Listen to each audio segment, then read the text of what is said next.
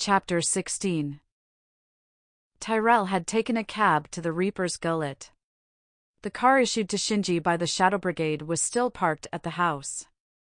There was room in the driveway around the fountain for 5 or 6 cars. It was still fairly early in the morning as Kiryu pulled in behind the security vehicle. "Before I go," Kiryu said as she pulled out her tablet, "where's your contact tracker?"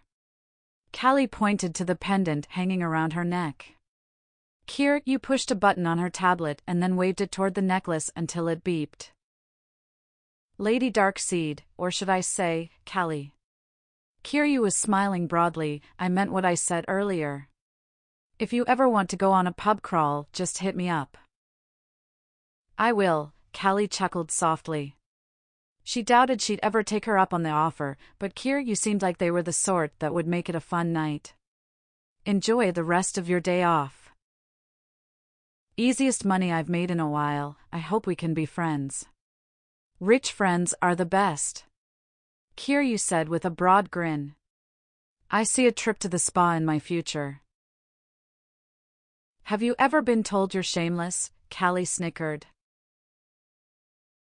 "I prefer the word honest, but suit yourself," Kiryu said with a toothy grin. "Sorry to interrupt, ladies," Tyrell said with a crooked smile. "I'm here to work, not socialize." He'd already flipped up the hood on the chameleon coat and gotten out of the car while the two women were talking. "I'm coming," Callie said with a smile as she got out of the car.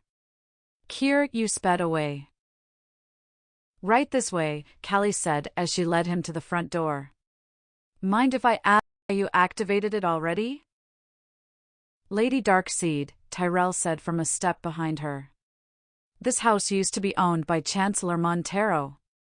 Son of a bitch had a penchant for blackmail. I doubt much of anything happens on these grounds without being recorded." "Really? Can you do something about that while you're here?" Callie asked as she opened the door.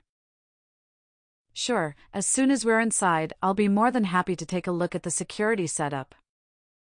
The home office is on the other side of that sliding door. There are leftovers in the kitchen if you need a snack, and the guy sitting on the couch is the one with the hardware in his skull," Callie said as she motioned around the room. "I don't mind if I do," Tyrell said as he made a beeline to the kitchen. "I thought you'd at least check security before." Callie began. "I am," Tyrell said as he pulled out a beer and started stacking food on a plate. Callie cocked an eyebrow. "Really? The safe in that office isn't a real safe. It's a drive that stores all the recorded footage," Tyrell said as he rummaged for flatware. "Nice trick with the water earlier." "Oh, talking about psionics? So then, you're multi-knacked?" Callie blushed. "That was recorded?"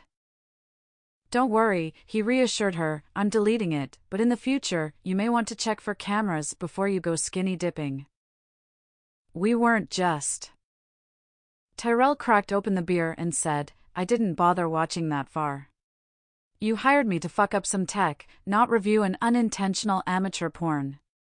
Now if it was girl-on-girl action, I might have made a copy for my personal collection, but watching some other guy ramming some little filly just isn't my thing." Callie, stunned, opened her mouth to speak, but couldn't find the words. "That right there," Tyrell said as he motioned toward her with a fork. "You're looking embarrassed enough that I'm sure you'll be more cautious in the future. If I bring you on my ship."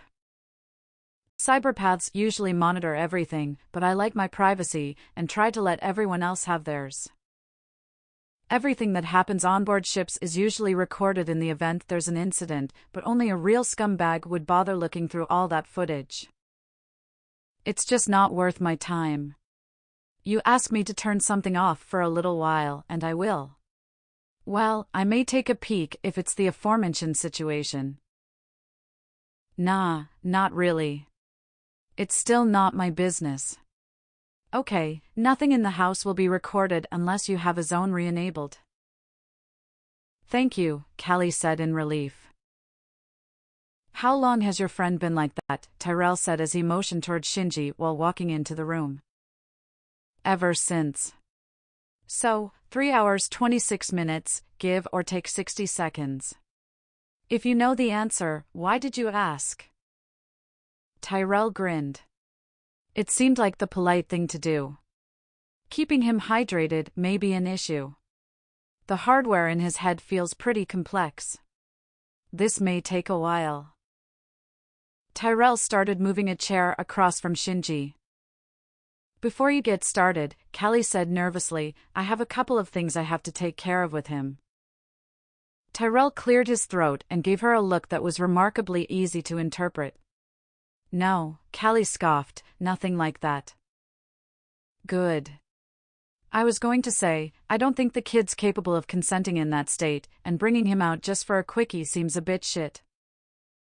I have to issue the command that will back up his personality, so I won't be able to weaponize him later. I was also going to yank a couple of memories from earlier out of his head. If you want my help, you're going to have to give me more than that. I decided I didn't like the nickname he gave me earlier, so I'm going to make him forget about it. Oh, if that's all, Tyrell said as he locked eyes with her. As long as it's not like you told him you loved him and later regretted it or something. That would be a real bitch move. Listen, Callie said angrily. I don't know how I actually feel about him. I just needed him to finish quickly so we could get out of each other's heads. Tyrell looked her up and down. If it was a lie, then I understand. Do what you've got to do. I plan on enjoying my retirement. Don't expect me to keep my opinions to myself or act professional, and we'll get along just fine. I can deal with that, Callie said firmly, as long as you don't expect me to agree with your opinions. One more thing, if you start wandering around without pants, you'll have to find your own way back to civilization. All men must wear pants in common areas on the ship. Got it? That's not what I said. I know, Tyrell quipped. Just letting you know that if you and a bunch of your lady friends wanted to walk around naked, it wouldn't offend me. Before she could answer, he added, with the women of species with feathers, scales, or fur you won't see much anyway. Talking to anyone while their dangling bits are bouncing around is just... Nope. Callie burst out laughing. Just give me a few minutes to make those adjustments, and then I'm going to try and invite a couple of friends over. As long as you're not expecting me to be social, Tyrell snickered. One of them is a nurse, so we can help him stay hydrated. And the other one? Tyrell asked with a hint of cynicism. Hot and not into guys. Tyrell laughed, so being antisocial is preferred? Callie nodded. Nelfrey was scheduled to work the evening shift and was more than happy to stop by the house to set up an IV drip to help keep Shinji hydrated. Once everything was ready, Callie moved Shinji into the office so Tyrell could do his work there without interruption. After closing over the office door, Callie led Nelfrey out to the garden. I wanted to ask you about that little linguistic aberration I experienced during surgery, Callie said as she sat on a bench in the gazebo. And motioned Nelfrey to join her. Yes, Lady Darkseid, Nelfrey said in a tone that would have been better suited to her place of work. I may be paying you to do a favor for me, off the books, Callie said warmly, but I've invited you into my home. Today you are my guest, not my employee. I understand, Lady Darkseid, and I do appreciate. Stop. Callie said as she took the nurse's hand. Call me Callie, and stop being so rigid and formal. Am I going to have to offer you a drink or three to calm you down enough that we can just have a friendly chat? I'm grateful and excited to be here. You're wealthy, famous, and powerful. I was raised to respect my betters, Lady Dark Callie. As much as Callie appreciated the woman's attempt to course correct, both halves of her felt uncomfortable with the feelings emanating from the woman and had a visceral reaction to being called dark. Callie. No lady, no dark. Just Callie, Callie insisted. You indicated you wanted to have a private conversation with me. This is going to be uncomfortable for both of us if you keep thinking of me as a station instead of a person. Nelfrey looked down, deeply embarrassed. They assigned this house to me just yesterday. It's nice, but do try not to become entranced by the stonework. Callie tried to sound playful, but her frustration was obvious. I expected you to just send a message to ask me privately, not to invite me into your den. It was an attempt to respect your privacy. Even your blood pressure results were classified to anyone that wasn't part of your treatment team. Nelfrey spoke more rapidly with each word she spoke. I was just your nurse, but it was an honor to have been invited to be part of the team that was involved in your treatment. I doubt I would have been allowed to see the records if the hospital hadn't made that assumption about your species. Don't worry, I won't tell anyone about what I saw. Callie let out a long, deep sigh. Nelfrey sat in uncomfortable silence. You seemed so nice. I had hoped we could be friends, Callie said with exaggerated sadness. Before you crush me to death under that mountain of respect, just tell me what language you think I was speaking, and what it is you think you saw. When I was a child, my mother once told me, a comet may enter the orbit of a sun, but if they travel too close, they'll evaporate, Nelfrey said in a soft tone. The two souls within Callie struggled to find an appropriate response. The aspect of her which had been Kivazov prevailed. Your mother has a lot to learn, Nelfrey. Comets don't produce their own light. They just reflect the light of the sun. If they don't ever get close to a star, nobody will ever know they're there. Trying not to get too close is good advice, but you're welcome to reflect some of my light. Callie waited for the A-room woman to answer, hoping her analogy was sufficient. It seemed to work. Nelfrey's tail had been so solidly tucked behind her since her arrival that Callie had forgotten it was even there. I'll try, Nelfrey said nervously, but I'm a very small comet. So is Shinji, Callie said. She motioned toward the house, and I fucked him a few hours ago. Nelfrey gaped and blinked twice while trying to process what she'd just heard. I'm sorry to hear he has a small comet. Callie giggled. That wasn't what I meant. Oh, I'm sorry, No, Callie said with a smile, it was funny. It's a good start, and you seem a little more comfortable now. A little, Nelfrey admitted and then took a deep breath. Good. So what was it you wanted to tell me? It's not that, Nelfrey started and then took a second, deeper breath. Callie waited patiently. Instead of answering you directly, Nelfrey began cautiously, can I tell you a story? I think I'd be more comfortable with that. That's fine, the part of her that had been answered aloud. During the early days of Stargate testing, mistakes were made which strained the borders between the realities. The thinning and occasional tearing of the boundaries between realities worsened after the ancient Eldorani race was forced to flee from Corellis prior to the destruction of their sun. The planet Nelfrey had been raised on, Nairo, was a harsh desert planet that was barely habitable, with the exception of the poles. The surface of the planet was riddled with ruins from a prehistoric Shikiri settlement, which was just one of the reasons the planet was never abandoned despite the occasional rips within the fabric of reality. Based on Nelfrey's account, the entire population, even the Aram, who evolved to withstand high temperatures, would seek shelter by mid-morning when the surface temperature passed the 200 degrees mark. By midday, the surface could reach temperatures close to 600 degrees. Couple that with the searing hot steam and rain that would fall as the sun set, not even the interdimensional horrors could survive on the surface long enough to become a threat to the populace. On extremely rare occasions, something would find a way to escape from the environmental hazards. Due to the composition and technologies within the more intact Shikiri ruins, there were places which were viable as shelter beyond the domed cities. Nelfrey's higher education included archaeology and philology, focused primarily on the long-extinct Shikiri and the trade languages they shared with the Johnny and Eldorani. The Lementic and Eshiler languages were an Eldorani derivation, just as the Pharisine, Gorgalian, and Jagaltim languages were derived from the Johnny language. Nelfrey insisted that there was no being in all of Keralis that knew how these languages were originally pronounced, and Callie didn't feel any desire to correct her.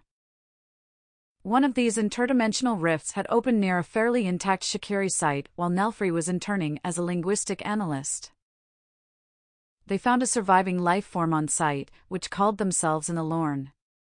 The language they spoke was neither Lementic nor Eshiler, but shared some words and linguistic properties with both, although the enunciation was very different. Nelfrey explained to Callie that, during the surgical procedure, the language she was speaking was remarkably similar to the Alorn dialect, although the structure and pronunciation was distinctly unique. In fact, Callie had been speaking Eldorani. Could these Alorn possibly be distantly related to Kivaz's people? Callie sat in silence in the garden as Nelfrey rushed into the house to check on Shinji's IV. Your cyberpath says he's almost done, Nelfrey said as she walked back into the garden. I unhooked everything. I just noticed the time on the way back out. I had a wonderful time, but I really should go soon. I have some things I should take care of before I head into work in a few hours. That's fine, Callie said while contemplating the Alorn and the fate of the Eldorani Empire. We should do this again sometime. I'd like that, Nelfrey said enthusiastically. One more question, before you go, Callie said. Whatever happened to that Alorn? I'd rather not say, Nelfrey said in obvious distress. The woman's thoughts were loud and clear. Despite the objections of the people assigned to the project, government officials took the poor creature dissected for the supposed advancement of medical science. Nelfrey had changed her career path to nursing in the vain hope that someday she could right that wrong.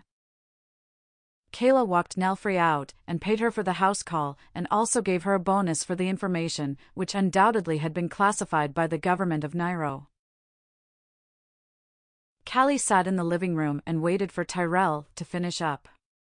The only cyberpath she'd ever dealt with previously was a man named Jax.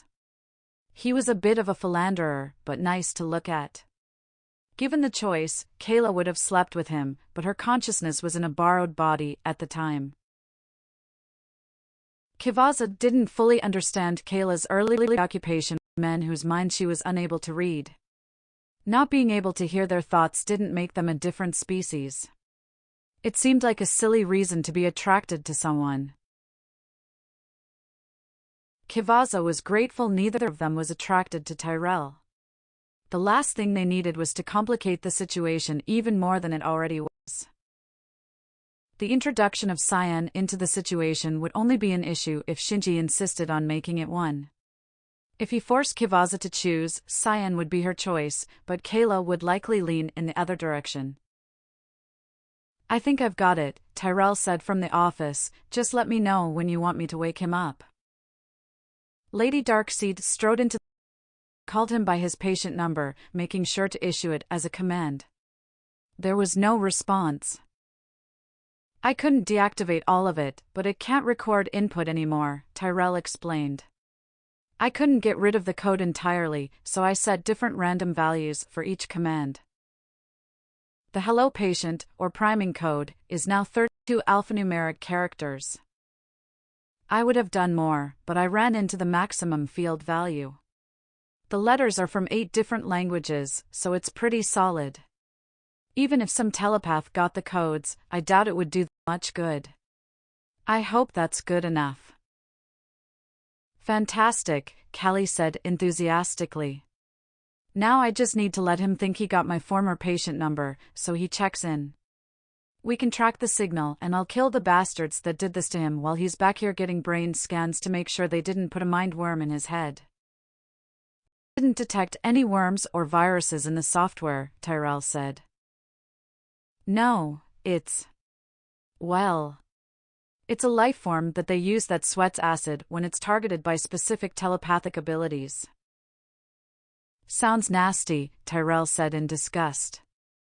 They really put one of those things inside the kid's head? Honestly, Callie shrugged, I don't know. They put one in mine. It's not there anymore. I just don't want to take that chance with him. Understandable. I should probably apologize for earlier. I've been a private investigator, dealing with cheating partners for too long. I know you said you're not sure how you really feel about him, but it's obvious you care with all the trouble you're going through for him. I feel like I may have crossed a line. I hope this doesn't sour you on the notion of helping me get my reputation back, Lady Darkseid. Callie smiled playfully. Would you mind driving him back to the barracks and tracing the signal he sends? I really need to call my girlfriend. It's been a long day and I need some serious affection. Tyrell responded without any hesitation, need to tell a friend? So, I guess the kid's a hell of a lover. I wouldn't know, Callie answered sheepishly. He was my first. Oh, so you're into the ladies? No, she'll be my other first. Tyrell stared at her quizzically. What's that look for? I'm too old for this, Tyrell chuckled softly as he brought up a map display on the house computer. Which barracks? Let me make sure I understand this. You make him think he accomplished his mission from the people that wired up his brain. I drive him down there, in his own security car. Send the wake-up command. Tyrell said, then what? He should head directly inside, go to his room, and transmit a message to his PRI handler. What do I do while this is all going on? Wait in the car, I guess. Callie shrugged. You're wearing a chameleon cloak. You won't show up on sensors. There's a small problem with that plan, Tyrell chuckled. It would look a little weird if he drives the car there and gets out of the passenger seat.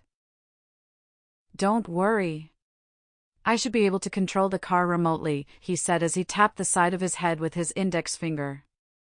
We can prop him up in the driver's seat and I'll just sit in the back seat and control the car from there.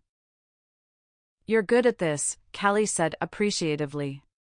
Too good to stay retired. Don't compliment me just yet, Tyrell snickered. After I send the go command, I'm going to have to hack into that barracks, monitor his progress through the building, and isolate the terminal he uses to make contact. Then I intercept the transmission before and grab the target address before it's sent, redirect it during transmission so this handler of his doesn't know we're onto them. And then... Callie stood quietly listening as he spoke. That's a good look on you, Tyrell snickered. I've seen baby dolls with eyes less glassy than yours are right now. Don't worry, I've got this. SB security is a joke. I'll just have to come up with a way to get him back outside after all this is dealt with. Can you send him a fake order from the Shadow Brigade? Callie asked. Not a bad idea, Tyrell said as he bobbed his head. I'm not looking forward to explaining what's on to him when he gets back out to the car. Pretty strange first conversation. Can you handle it? Sure, Tyrell said. If he gets too weird about it all, I'll just flip that off switch in his head. Callie helped Tyrell walk Shinji to the car and sent them on their way. She made sure the cyberpath had plenty of money for a ride back to the house in the event something went wrong. It was only about a half hour from sunset by the time everything was in order, which meant she had time to catch Cyan before she started her daily run. Callie opened up her contact list as the car pulled out of the driveway. Stripe Inspector, Callie giggled to herself as she called Cyan's entry on the list. Cyan answered almost immediately. Hey, Princess Hotness, up for a jog? Callie blushed brightly. I've been a little worried since the surgery. I think I may need to be seen by my official Stripe Inspector. I was about to go on my daily run. Where are you staying? I could just run a different direction. Callie could hear the sound of a car idling on the other end of the line. She walked over to the edge of the driveway and looked down toward the east gate. They set me up at Chancellor Montero's old place. That's a nice solid hill, Cyan started and then softened her tone. I'll just start at the bottom and work my way up. Wait, can you pick up the things I left in your cache? Callie asked and then scolded herself for not managing to sneak an innuendo into the request. I already got them when I went back for my soul stones, Cyan said. I'll make sure to bring it all with me. Callie sighed with relief. Cyan was a little off her game as well. She heard the sound of the engine getting louder over the receiver as she saw a car pulling away from the parking area across from the gate. Let me know when you're ready, Callie teased. I'll start working my way down and meet you in the middle? Middle, Cyan said merrily. That's one of my favorite places. The car was moving at a steady pace. It didn't look like Cyan was planning on making any stops on the way. Callie smiled to herself. She'd been wanting to talk to Cyan all day, but hadn't wanted to involve her in the Shinji conundrum. Half expected to spend the night justifying her reasons for not just killing him. I've been dying to ask, Callie said playfully, if you're the official Stripe Inspector, what am I? Striped candy. Really? Callie said, paused and added, would that be the kind of candy you lick or chew? The car seemed to be moving faster now. Your choice, Cyan said as the car rounded the corner by the old black church building and started down the straightaway leading to the bottom of the hill below Callie's house. Oh, I don't know, Callie teased. As long as it melts in your mouth, what does it matter? The car stopped at a traffic light. A little to the left, she could see Tyrell pulling up across from the barracks. The view of the city from up here really was phenomenal. Candy? Cyan mused as she waited for the light to change. You know, I've never missed my daily workout. You say that like you're thinking about skipping our jog, Callie taunted. Well, last time we had a place to wash up after, but I guess a shower will have to do. I do have a pool, Callie countered as the traffic light finally changed. Additional lights illuminated the sides and undercarriage of Cyan's car as it sped toward the bottom of the hill. I'm impressed, she said as her tails swayed behind her. I've been watching your progress from the top of the hill. I hope you can handle my tails like you can handle that stick. Cyanide did not stop at the bottom of the hill. Not stopping? Callie taunted. I thought you wanted me to meet you in the middle. Isn't that where candy usually hides its creamy center? Cyan was already a third of the way up the hill. Callie rushed into the house, ran up the spiral staircase, and frantically searched for the closet. Shinji had found the towels earlier. She could hear the car getting closer as she looked for a pair of robes. She stripped off her Talgradon scale pants, with some help from her tails, as she rushed from closet to closet. She left on her fur bikini top and underwear. Already breathing a bit hard, Cyan scolded playfully. I hope you're not starting without me. She found 4 robes hanging in a closet just as she heard the car pulling into the driveway. Callie, robes in hand, sprinted to the end of the hallway and jumped off the upstairs, landing onto the floor below. She rushed to the door and flung it open. You said you were out front watching, Cyan remarked, as she stepped out of the car. She wasn't wearing her sweatsuit. Her hair wasn't tied in a ponytail. She wasn't even wearing running shoes. Grab her things out of the back and bring them inside, Cyan instructed her defender who was sitting in the passenger seat. Why is he with her? Callie thought in confusion. Yes, Lady Cyan, he said flatly.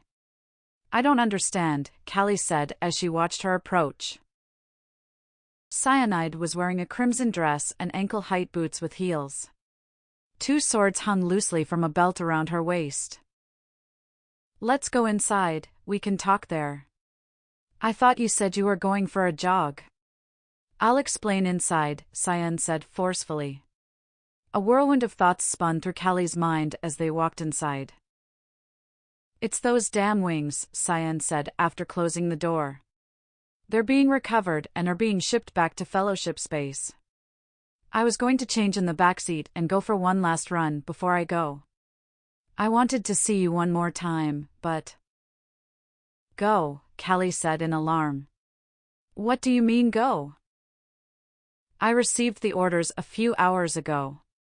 I've been recalled by the High Court. I'm being sent to Ekravolk for judgment. I don't know if or when I'll be back. I told Aisha I would head straight to the starport after I was done with my daily workout. But, Callie stammered, all that flirting. I hoped you and I could spend the night together and finish what we started. Kayla had her way with Shinji this morning, and I've wanted to be with you ever since. That bad, Cyan teased. No, well yes, but... He was a damned PRI sleeper agent. I found out while we were. It was horrible. They got him when he was a kid and Taylor programmed him to get to Kayla. I spent my entire day hiring a cyberpath and having all the junk in his head reprogrammed. They're down at the barracks now tracing the bastards behind his programming so I can go kill them. I was going to ask you, my partner, my Tejmare, to come with me. I wanted to call you all day, but I didn't feel right about asking you to help me fix the brain of some guy Kayla fucked with a body I'd rather be sharing with you. After it was done, even Kayla said she wished she'd gotten out of the way so you could have been our first. Calm down, Cyan soothed as she reached toward Callie. I don't want to be calm, Callie cried out in anguish. I don't care if it's selfish. I want you with me. Callie flung the robes over the back of the couch. Cyan studied her for a moment before asking, which of you two am I talking to right now? Kivaza or Kayla? We're both a mess, Callie said, at the verge of tears. Kayla's buried herself in the deepest part of my psyche, and I've never really understood all these emotions. That's her thing, but her pain is overwhelming me. I've been trying to block it out all day. You tell me you flirted, and I thought I got you so good you'd do anything to be with me, but then you tell me you have to go and may never come back. Stupid waitress or death lamentic laws. I've wanted you so damn much, and now it may never happen? Kivaza, Cyanide said in a commanding tone. What? Callie said fearfully. I was given permission for one last workout. You heard that right? Yes, Callie whispered as if she'd been shamed.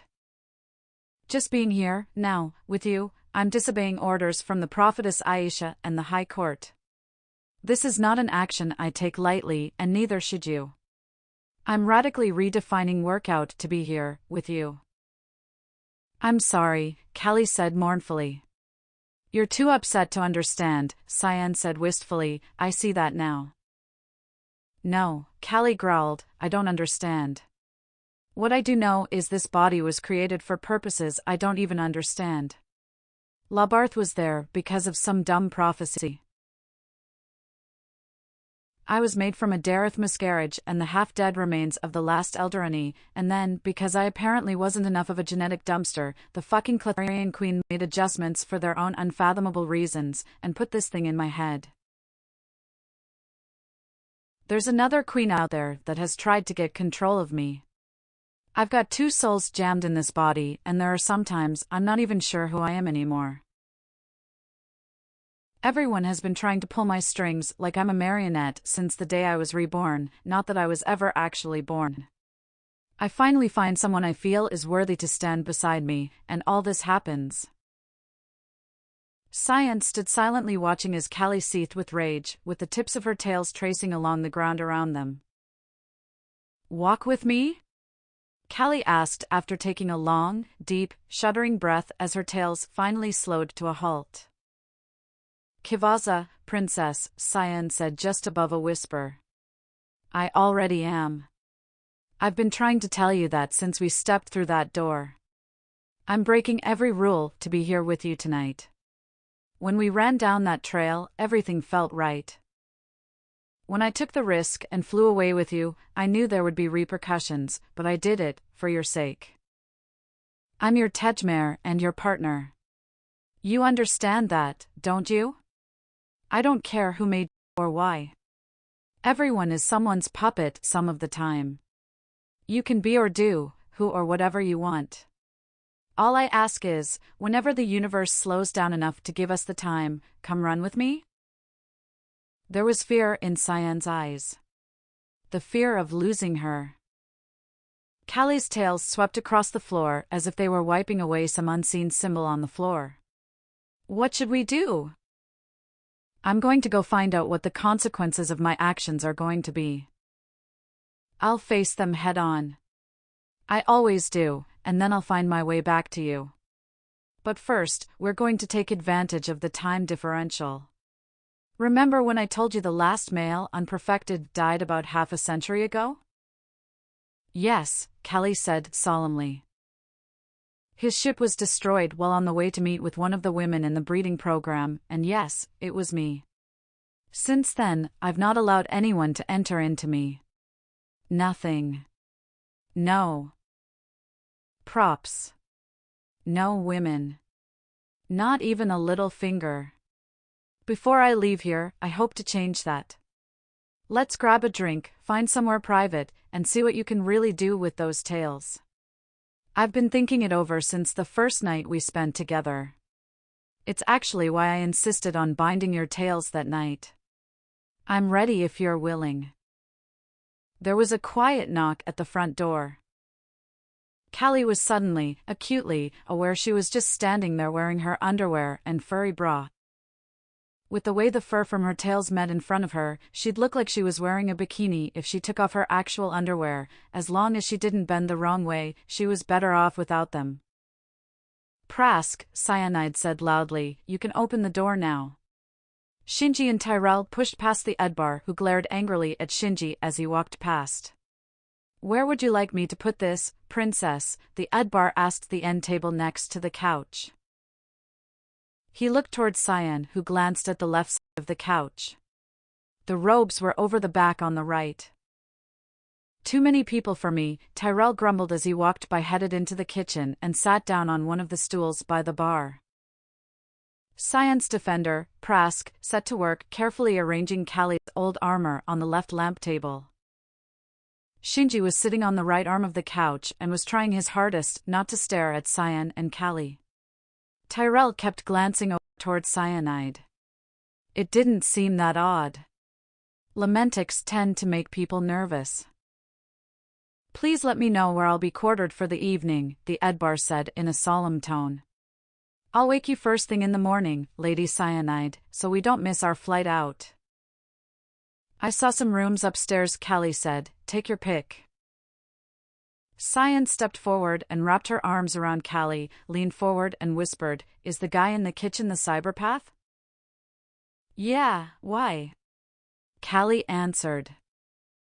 He keeps looking at me funny, Cyan said as she ran her hand through Callie's hair, adjusting her silver streak. It might be a good time for the two of us to sneak off. Let me just grab a bottle of wine and a couple glasses from the kitchen, Kiva purred. Be quick, Cyan breathed in response. Callie shivered involuntarily as Cyanide's warm breath passed her ear, then rushed into the kitchen to find a bottle and some glasses. Shamfarian, what are you grinning at? Cyan said irritably. Callie glanced over at Tyrell, who just looked confused. She must have been talking to Shinji. Lady Cyanide, Prask spoke urgently. Callie grabbed a bottle and stood up. Shinji was looking back and forth between her and Cyan with a quirky smile on his face. Answer me, Cyan demanded of Shinji. Why do you keep looking at us like that? Would you mind if I went officially off duty for 5 minutes? Prask asked urgently. Hang on, Cyan said firmly. Let him answer. I was just thinking I've seen both of you naked, Shinji said with a huge goofy grin. Lady Cyanide, please, Prask said, his eyes blazing with anger. Relax, Cyan said calmly. It takes a lot more than a comment like that. Wait 1 minute, Tyrell said in a strangely triumphant tone. Callie pulled 2 glasses out of the cupboard. I thought you looked familiar, Tyrell said. Who? Prask and Cyan asked in unison as Callie walked back toward the foyer. Well, both him and her, I guess. Tyrell extrapolated. I didn't pay much mind when I was messing with the tech in his skull, but I could have sworn I'd seen him somewhere before. I just remembered. I didn't exactly see her face, but I've sure seen the other side. You were there? Callie asked incredulously. Not me, Tyrell said with a shrug. It's all over GodNet. Videos, snapshots, extreme close-ups, some of them even edited the kid out of the shots and edited themselves in.